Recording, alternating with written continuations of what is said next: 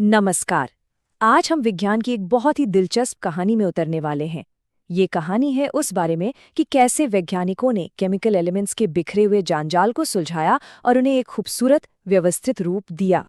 Target education में आप सभी का स्वागत है। तो चलिए बिना देर किए केमिस्ट्री की इस बड़ी पहेली को सुलझाने के हमारे आज के सफर की शुरुआत करते हैं। तो सबसे पहले एक सवाल, किसी भी बिखरी हुई चीज को मतलब केओस को आप कैसे ऑर्गेनाइज करते हैं? सोचिए, यही वो चुनौती थी, यही वो सवाल था जो उस समय के वैज्ञानिकों के सामने था। बस फर्क ये था कि उनके सामने बिखरे हुए थे सारे के सारे एलिमेंट्स। चलिए इसको एक बहुत ही आसान से उदाहरण से समझते हैं। मान लीजिए आप किसी दुकान में गए और वहां साबुन और बिस्किट सब एक साथ मिक्स करके रखे हुए हैं। कुछ ढूंढना कितना मुश्किल हो जाएगा, है ना? लेकिन वही अगर साबुन एक तरफ और बिस्किट दूसरी तरफ रखे हों तो सब कितना आसान हो जाता है। बस वैज्ञानिकों ने भी एलिमेंट्स के साथ कुछ ऐसा ही करने की सोची। उन्हें उनके गुणों, उनकी प्रॉपर्टीज के आधार पर अलग अलग ग्रुप्स में रखने की कोशिश की। तो आज हमारे इस सफर का रोड मैप कुछ ऐसा रहेगा। हम देखेंगे कि आखिर ये व्यवस्था की खोज शुरू कैसे हुई। फिर जानेंगे शुरुआती कोशिशों के बारे में, जैसे ट्रायड्स और ऑक्टेव्स क्या थे। उसके बाद कहानी के हीरो मेंडलीव के जीनियस और उनकी छोटी सी चूक को समझेंगे। फिर आएगी मॉडर्न पीरियोडिक टेबल और हम ये भी देखेंगे कि इसमें से एग्जाम के लिए क्या-क्या ट्रेंड जरूरी हैं। और आखिर में कुछ जरूरी बातें जो आपको याद रखनी है। तो चलिए शुरू करते हैं पहले पड़ाव से, व्यवस्था की खोज। वैज्ञानिकों का मिशन एकदम साफ था, एलिमेंट्स के इस बड़े से परिवार को उनके गुणों के आधार पर सही ढंग से बांटना। तो अब मिलते हैं उन शुरुआती धुरंधरों से, उन वैज्ञानिकों से जिन्होंने सबसे पहले इन छिपे हुए पैटर्न्स को पहचाना और आने वाली पीढ़ियों के लिए एक रास्ता तैयार किया। बात है साल 1817 की। एक जर्मन केमिस्ट थे, योहान वोल्फगैंग डुबेराइनर। उन्होंने एक बहुत ही दिलचस्प कोशिश की। उन्होंने क्या किया कि एक जैसे गुण वाले एलिमेंट्स के तीन तीन के ग्रुप्स बनाए, जिन्हें कहा गया ट्रायड्स या त्रिक। और जानते हैं, ये शायद पहली बार था जब किसी ने एलिमेंट्स की प्रॉपर्टीज और उनके एटॉमिक मास के बीच कोई मैथमेटिकल कनेक्शन खोजने की कोशिश की थी। यहाँ स्क्रीन पर इसका एक क्लासिक उदाहरण है। देखिए, अगर हम लिथियम जिसका एटॉमिक मास है 6.9 और पोटेशियम जिसका मास है 39.0, इन दोनों को जोड़कर इनका एवरेज निकालें तो हमें क्या मिलता है? करीब करीब 23.0। और ये किसका एटॉमिक मास है? बिल्कुल सही, सोडियम का। ये कितनी कमाल की खोज थी, है ना? हाँ, ये बात और है कि डॉबेराइना उस समय के सभी एलिमेंट्स के साथ ऐसे ट्रायड्स नहीं बना पाए, लेकिन हाँ, एक चिंगारी तो उन्होंने जरूर जला दी थी। चलिए अब कहानी में थोड़ा और आगे बढ़ते हैं। साल 1866 में एंट्री होती है जॉन न्यूलैंड्स की, और वो एक बिल्कुल नया आइडिया लेकर आते हैं। उन्होंने बस इतना किया कि एलिमेंट्स को उनके बढ़ते हुए एटॉमिक मास के क्रम में अरेंज कर दिया, और फिर जो पैटर्न दिखा वो काफी हैरान करने वाला था। न्यूलैंड्स ने इस पैटर्न की तुलना किससे की? संगीत से।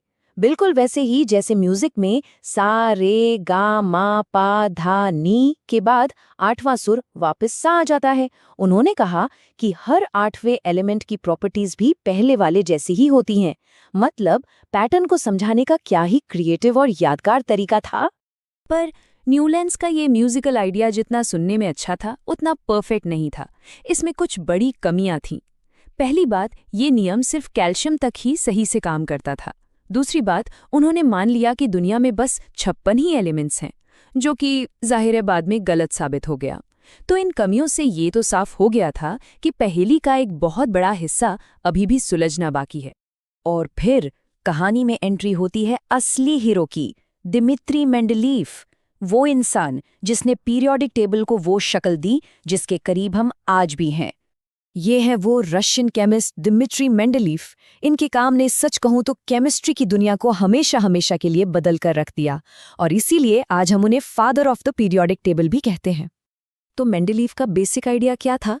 उनका मानना था कि एलिमेंट्स की प्रॉपर्टीज उनके एटॉमिक मास का पीरियोडिक फंक्शन होती हैं।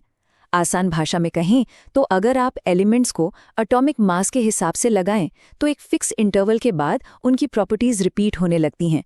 पर उन्होंने सिर्फ एटॉमिक मास पर ही ध्यान नहीं दिया। उन्होंने इस बात पर भी फोकस किया कि कोई एलिमेंट ऑक्सीजन और हाइड्रोजन के साथ मिलकर कैसे कंपाउंड्स बनाता है। और ये स्लाइड उनके जीनियस का सबसे बड़ा सबूत है। सोचिए, मेंडलीफ अपनी टेबल को लेकर इतने कॉन्फिडेंट थे कि उन्होंने उन एलिमेंट्स के लिए खाली जगह छोड़ दी जो उस वक्त तक खोजे भी नहीं गए थे। और सिर्फ जगह ही नहीं छोड़ी, बल्कि उनकी प्रॉपर्टीज तक बता दी। जैसे उन्होंने एक एलिमेंट ए का एल्यूमिनियम की भविष्यवाणी की, और जब सालों बाद गैलियम की खोज हुई तो उसकी प्रॉपर्टीज मेंडलीफ की भविष्यवाणी से लगभग परफेक्टली मैच करती थीं। कमाल है ना। लेकिन मेंडलीफ की शानदार टेबल भी एकदम परफेक्ट नहीं थी। कुछ पहेलियां अभी भी थीं, जैसे हाइड्रोजन को कोई फिक्स जगह नहीं मिल पाई। वो आइसोटॉप्स की पोजीशन भी नहीं समझा पाए, मतलब वो एलिमेंट्स जिनका एटॉमिक नंबर तो सेम होता है पर मास अलग अलग।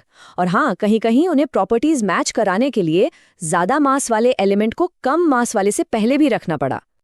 और यहीं से शुरू होता है हमारी कहानी का फाइनल चैप्टर, वो मोड़ जहां पहेली का आखिरी और सबसे जरूरी टुकड़ा अपनी सही जगह पर आकर फिट हो जाता है। जरा इस टाइमलाइन पर नजर डालिए। 1866 में न्यूलैंड्स, 1869 में मेंडलीफ, और फिर आता है साल 1913। ये एक टर्निंग पॉइंट था। एक युवा वैज्ञानिक हेनरी मोज़ले एक ऐसी खोज करते हैं जो सब कुछ बदल देती है। और वो बड़ा बदलाव यही था। मोज़ली ने ये साबित कर दिया कि किसी भी एलिमेंट की असली पहचान उसकी फंडामेंटल प्रॉपर्टी, उसका एटॉमिक मास नहीं, बल्कि उसका एटॉमिक नंबर है, यानी उसके न्यूक्लियस में मौजूद प्रोटॉन्स की संख्या। बस इस एक छोटे से बदलाव ने मेंडलीफ की टेबल की सारी बड़ी बड़ी मुश्किलों को हल कर दिया और हमें वो मॉडर्न पीरियोडिक टेबल दी जिसे हम आज इस्तेमाल करते हैं।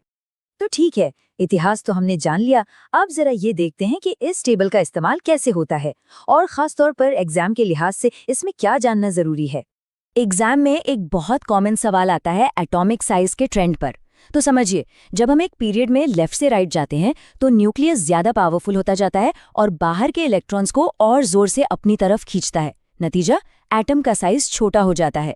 लेकिन जब हम एक ग्रुप में ऊपर से नीचे आते हैं तो इलेक्ट्रॉन्स के लिए नए शेल्स, मतलब नए घर जुड़ते जाते हैं, जिससे एटम का साइज बड़ा होता चला जाता है। बिल्कुल ऐसा ही एक पैटर्न मेटालिक कैरेक्टर में भी देखने को मिलता है। देखिए, मेटल्स की आदत होती है इलेक्ट्रॉन लूज करने की। तो जब हम पीरियड में लेफ्ट से राइट जाते हैं तो इलेक्ट्रॉन लूज करना मुश्किल हो जाता है, इसलिए मेटालिक कैरेक्टर कम होता है। वहीं जब ग्रुप में नीचे की तरफ जाते हैं तो बाहरी इलेक्ट्रॉन न्यूक्लियस से दूर हो जाते हैं, उन्हें छोड़ना आसान हो जाता है और इसीलिए मेटालिक कैरेक्टर बढ़ जाता है। तो अब हम अपने सफर के लगभग आखिर में पहुंच चुके हैं।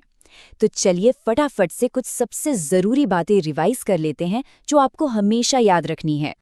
तो सबसे जरूरी बात, modern periodic law atomic number पर बेस्ड है, एटॉमिक मास पर नहीं। इसी एक चीज ने सब कुछ बदल दिया। दूसरी बात, पीरियोडिक टेबल में एटॉमिक साइज और मेटालिक कैरेक्टर जैसे गुणों का एक साफ पैटर्न होता है। लेकिन मैं आपको एक सवाल के साथ छोड़कर जा रही हूँ। सोचिए, अगर मॉडर्न टेबल ने इतनी सारी प्रॉब्लम सॉल्व कर दी, तो फिर हाइड्रोजन को आज भी कभी कभी आवारा तत्व या रोग एलिमेंट क्यों कहा जाता है? इस पर जरूर सोचिएगा। अगली बार फिर मिलेंगे। तब तक सीखते रहिए,